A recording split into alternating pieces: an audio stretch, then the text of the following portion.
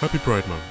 This month, the LGBTQIA+ community commemorates the first protest marches held in the US following the Stonewall riots in 1969. These were protests for the liberation of rights for gay people that has, throughout the years, opened itself to becoming a more inclusive celebration, bringing people with more differences together who may not be the assumed straight or gender conforming. So, what has this got to do with Pokemon? I just thought now would be a good time to talk about one of my favourite mythical Pokemon that I think has some untapped potential when it comes to the icon she should be. A potential misstep in her discography. It's Meloetta. Meloetta is a mythical Pokemon, mostly promoted throughout the Pokémon Black and White anime, after Ash does the thing and gets all the gym badges. Meloetta's song supposedly has ties with the forces of nature, but in the games, that's not... she's not... They basically have a pitifully short in-game interaction where some bum in a jazz club plays the Relic song on his Fender CD60S after seeing Meloetta. So we have a mythical Pokemon from a region based in New York where Stonewall was. I have music. And art. Boom! We have an ally diva. If only she had the reputation to carry her. So I'm gonna be a girl's girl and help her find her footing with some new lore. But first, let's see what we're actually working with. To TLDR Meloetta's lore, Meloetta's songs can control the emotions of people or Pokemon, making them really, really glad or very, very sad. Except when the entire world got very, very sad. So that was bad, because Meloetta forgot their song and it was very, very bad. That's it, back it up. I usually only talk about the game's lore in these bits. You know, keep it consistent. That thing that good lore is. But the anime writers are gonna get a swift 1-2 from me for a sec, because in the anime, Meloetta supposedly sank the abyssal ruins in the before times because the people living there were abusing their power to control the forces of nature. That's Tornadus, Thundurus, and Landorus. Yeah, sure. I guess. If only that didn't directly contradict the in-game lore about the Abyssal Ruins being a bastion built by the Unovan king, where he saved the people living there from a tsunami with Reshiram Zekrom, and now it's the resting place of the king, but whatever. Sure, let's get the filler arc in. As you can see, I'm working with scribbles on rice paper here. But that's fine! Really, that's fine. I get to shove my face into some archives and look into Meloetta's real-life inspirations and potentially explore what parts of American musical history may have influenced this girly pop. Like a well-adjusted person. We actually have a pretty good starting point to look at Meloetta's real inspiration. In-game, the same bum from a jazz club has exactly one line about how when Meloetta lost their song in the big sad times, a pair of red shoes went missing. This could potentially mean that Meloetta is an adaptation of the Hans Christian Andersen fairy tale of the red shoes. Long story short, a girl called Karen gets adopted and given new red shoes that she wants to dance forever in. Which she does, because the shoes keep dancing for her. So she ends up chopping off her feet and they just keep dancing, very Yuna of her. What?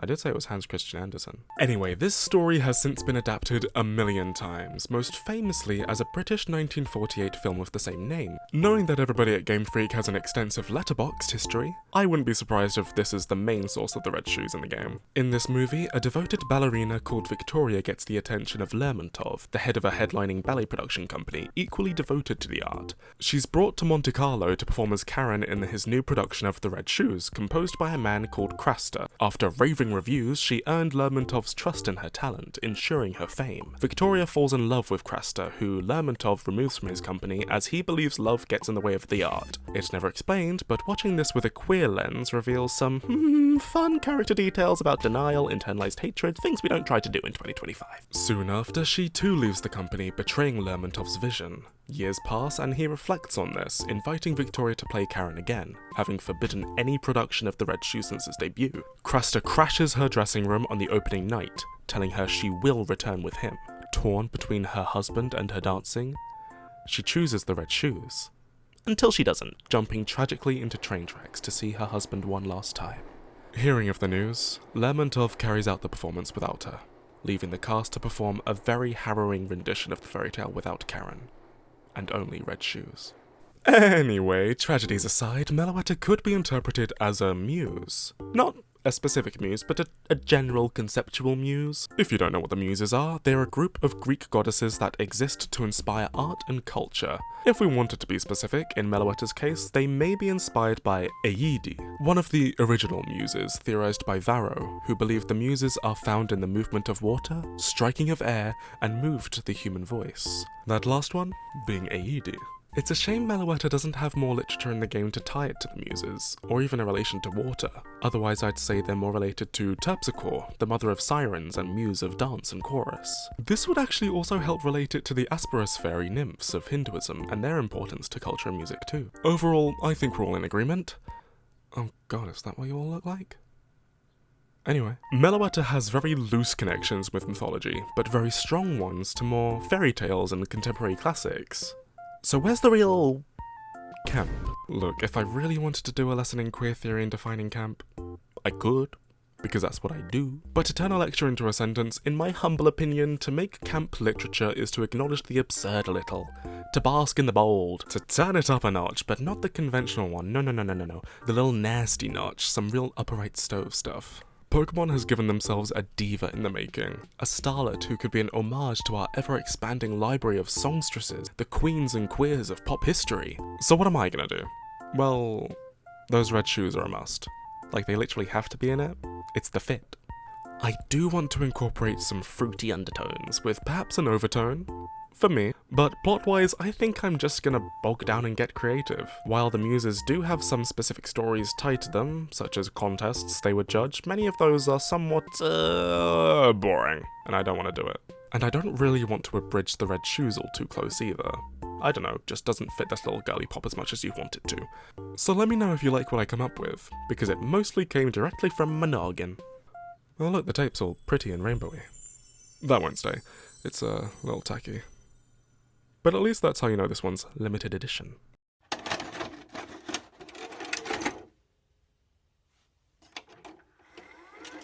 You know that song? That song that's sung in the cold of the morning? The winds always conduct the chords so gracefully through your window, tapping a beat on your pillow, a rhythm felt deep in your sleep. That is the blessing of the twin tones. Those wondrous little fairies that give us those ideas we can never quite jot down in time, and never quite remember how they went. Throughout the years, they've given their talents to the greatest of artists, written the most beautiful songs, choreographed the most breathtaking performances. The twin tones are the whistles that keep us entertained, the fidgets that keep us in thought. They give us a raison d'être. They give us an endless passion. Do you remember the first song you heard? If you answer to your heart's truth, I'm afraid you're wrong. The twin tones are in the heartbeat that brings you life. They're in the sights you first see. They colour the world in their special little ways that make every day unimaginably bright. The twin tones have lived with us since the very beginning. They are the great minds behind our shining starlets. They are the visionaries of our greatest miracles. There once was a diva whose voice rang throughout the land. She could be heard in the kitchens, hummed by a child doing their chores. She could be whistled in the mines, glistening upon the oars.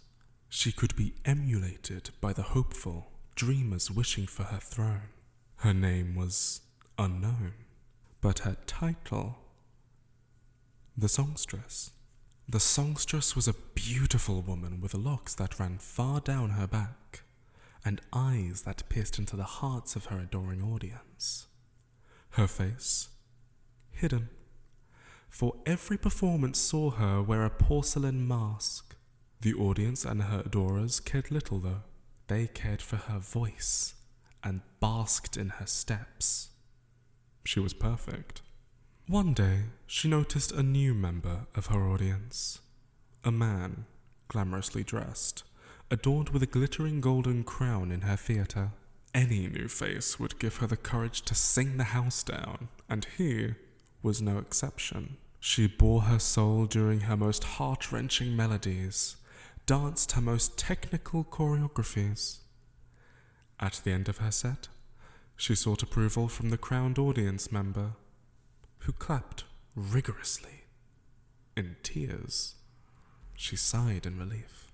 After her audience left, smiles plastered all across their faces, the songstress returned to her dressing room, where she took off her well-worn red slippers and luxurious silk dress.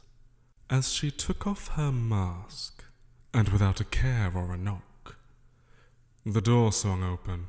The crowned audience member had decided to make his presence more than known in her most revealing state. They stood there. They just stood there, taking each other's faces in. Magnificent. Absolutely magnificent. He sang her praises, not at all shocked at her maskless form. She gingerly caressed her makeup case. Oh, sing more for me, dance more for me, you simply must. No one could speak for her. This was an offer she simply couldn't refuse. The crowned intruder left a needless address on her boudoir. To the castle she was invited to stay. The castle atop the hills, beyond the village, practically in the forest. She stood there. She simply stood there. Part of her wanted to hide away forever, leaving the land without its songstress. Another part wanted to question the eccentricities of such a king. These parts made an agreement. The following morning, she would become his personal songstress in the royal court. Escorted to her new bedchamber, she was welcomed by a freshly upholstered bed, glamorous shining jewels, and 2 pairs of red stilettos were resting at the balcony door. The songstress picked them up, a gracious gift, designed for a ballroom fit for a queen. She took each slipper and placed them upon her feet. She danced, she sang, she cried. She was doing so well. That evening, the songstress was summoned to the throne's behest. She was to entertain an audience of 1, the king. She arrived in her gifts and stood true to her beauty, maskless as she was found. The doors swung open. He welcomed her personally and guided her to her mark. He spoke simple words, unexpected platitudes, and with no facade. For how long? For how many are you? She wouldn't reply. I, too, know the fear you feel. The truth, that is. She crooked her neck. The king pointed to his throne, partnered, yet alone. The songstress looked to his old hands, a ring laid, polished, clean. His name was Guillaume. He loved your songs. In fact, every song. He attended every one of your operas, sonnets, ballets. It gave him color, a blessing he would share with me. It was his wish to know the face behind that mask. Knowing what I know now, I feel as though he must have known. He had great instincts, my dear.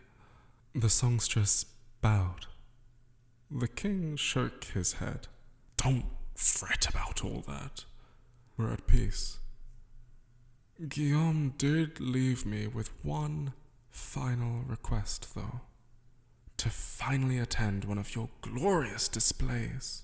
The king passed her a sheet scribbled in charcoal and ink, to which I must ask of you my request.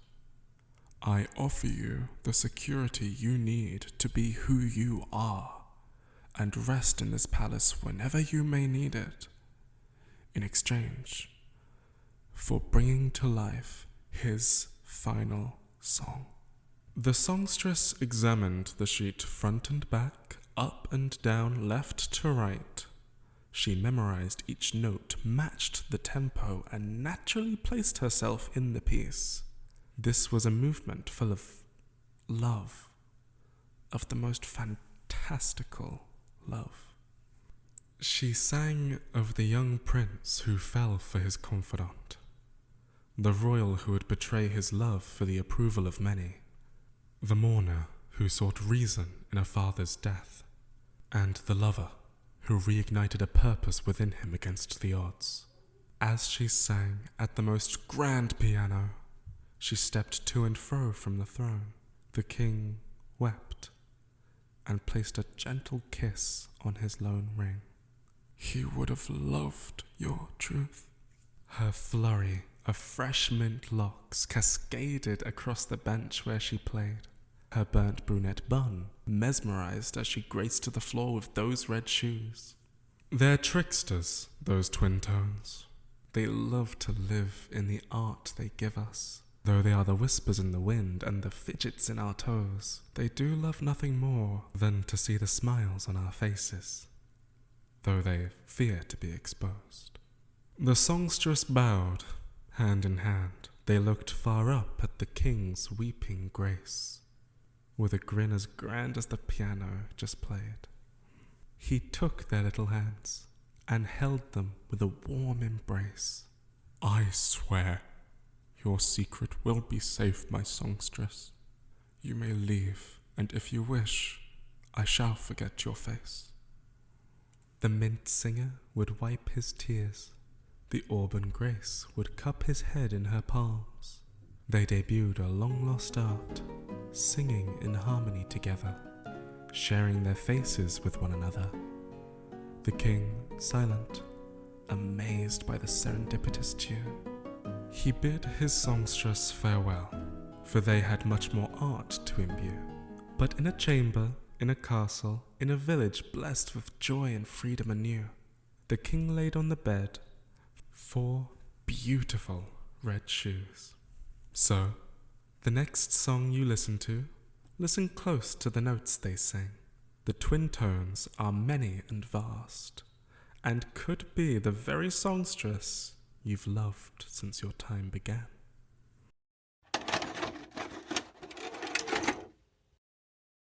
Hi, thank you so much for watching, and once again, happy Pride Month. If you don't celebrate, whether you're not sure where you fit in the world, or confident you're not part of the alphabet soup, I hope you still find just a part of yourself in this story. Maybe this was less for Meloetta's sake and more mine, but I do think Meloetta is the perfect fit for this kind of thing. What do you think? Let me know in the comments if there's a Pokemon you'd like me to tackle next time, subscribe to see if I get around to it, and maybe, just maybe, we can see each other again.